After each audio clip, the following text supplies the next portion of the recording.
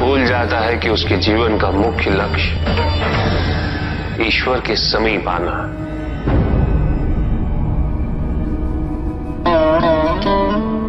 ऐसे लोभी व्यक्तियों को अपनी मृत्यु के समय भी यही दुख रहता है कि उन्होंने क्या कुछ नहीं पाया, क्या शेष रह गया।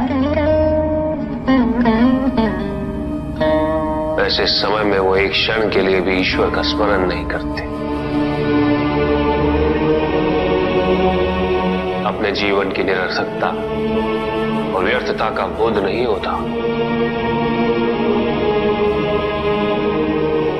मिलना चाहिए। धन चाहे कितना भी हो ऋषियत्र, मूल आवश्यकताएं तो केवल उतनी ही। तन ढकने के लिए वस्त्र, पेट भरने के लिए आहार और शरण के लिए भवन। इन आवश्यकताओं के पूर्ण होने के पश्चात जो भी है वो इच्छा है। धनी व्यक्ति के पास जो भी अतिरिक्त धन होता है वो उसे दान करना चाहिए, उनके उद्धार के लिए जो अपनी मूल आवश्यकताओं को पूरा नहीं कर सकते।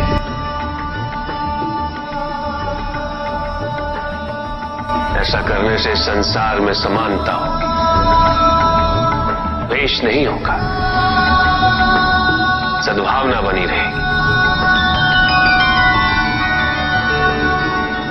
किंतु कुछ व्यक्ति इस तथ्य को समझ ही नहीं पाते।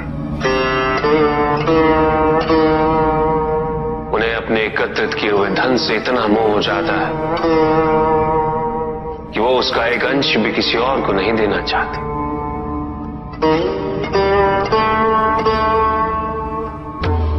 ऐसे व्यक्तियों की सूची में सर्वप्रथम स्थान कुबेर का है।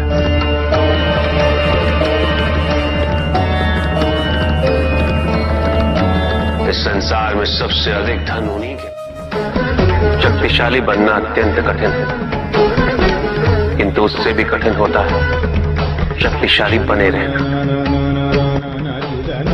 और इसके लिए आवश्यक है कि हम शक्तियों से प्राप्त हुए उत्तरदायित्व का सम्मान करें।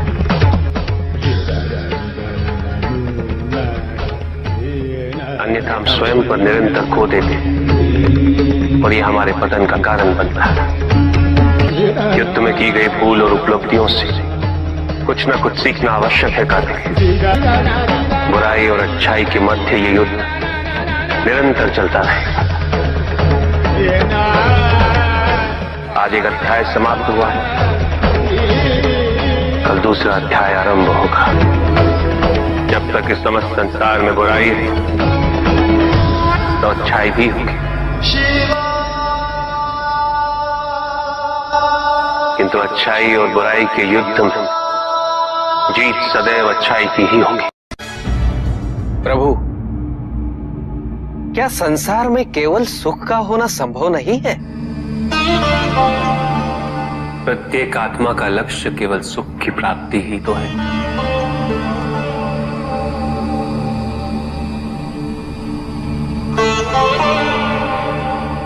परमानंद की प्राप्ति, किंतु हम सुख नहीं,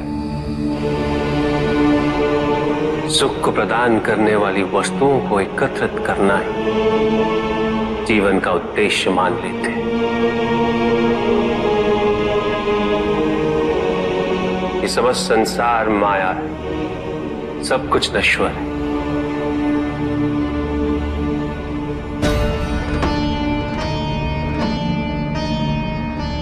जिन वस्तुओं को हम सुख का स्रोत समझकर एकत्रित कर रहे हैं वो सदैव नहीं रहेंगे। जो व्यक्ति सत्य को जानते हुए भी लोभ का परित्याग नहीं करते, वो सदैव इन्हें खोने के भय में जीते।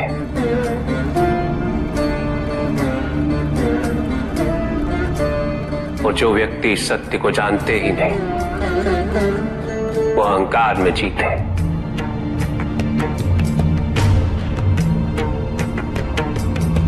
और जहां अहंकार और भय उपस्थित हो, वहां सुख कैसे रह सकता?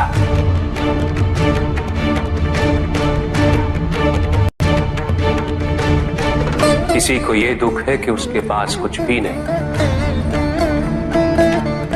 और जिसके पास सब कुछ, उसे यह दुख है कि पाने को कुछ शेष नहीं।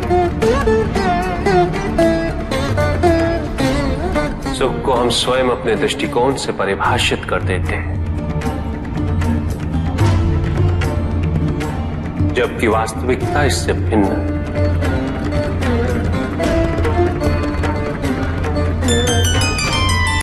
इसलिए आवश्यकता है अनासक्त रहने की।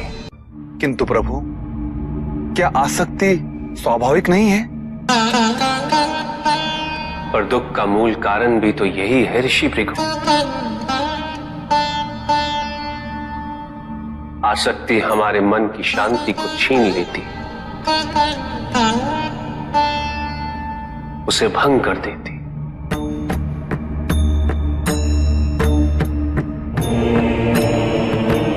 हमारी बुद्धि को स्थिर नहीं रहने देती,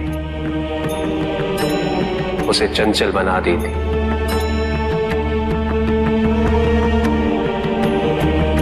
आसक्ति से प्रमाद की उत्पत्ति होती,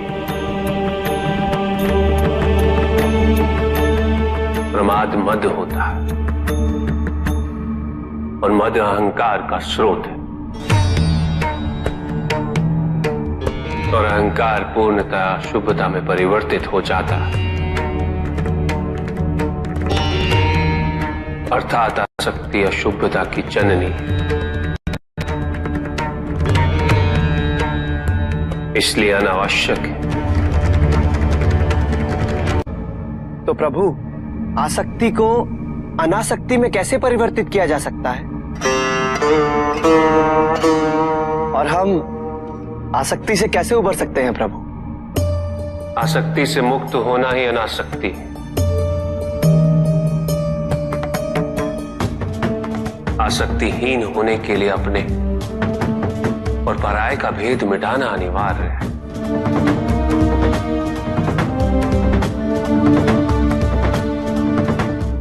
और यह तभी संभव होगा जब हम सुख की खोज बाहर नहीं, अपने भीतर करें। जब हम यथार्थ को पहचानें, उसे स्वीकार करें।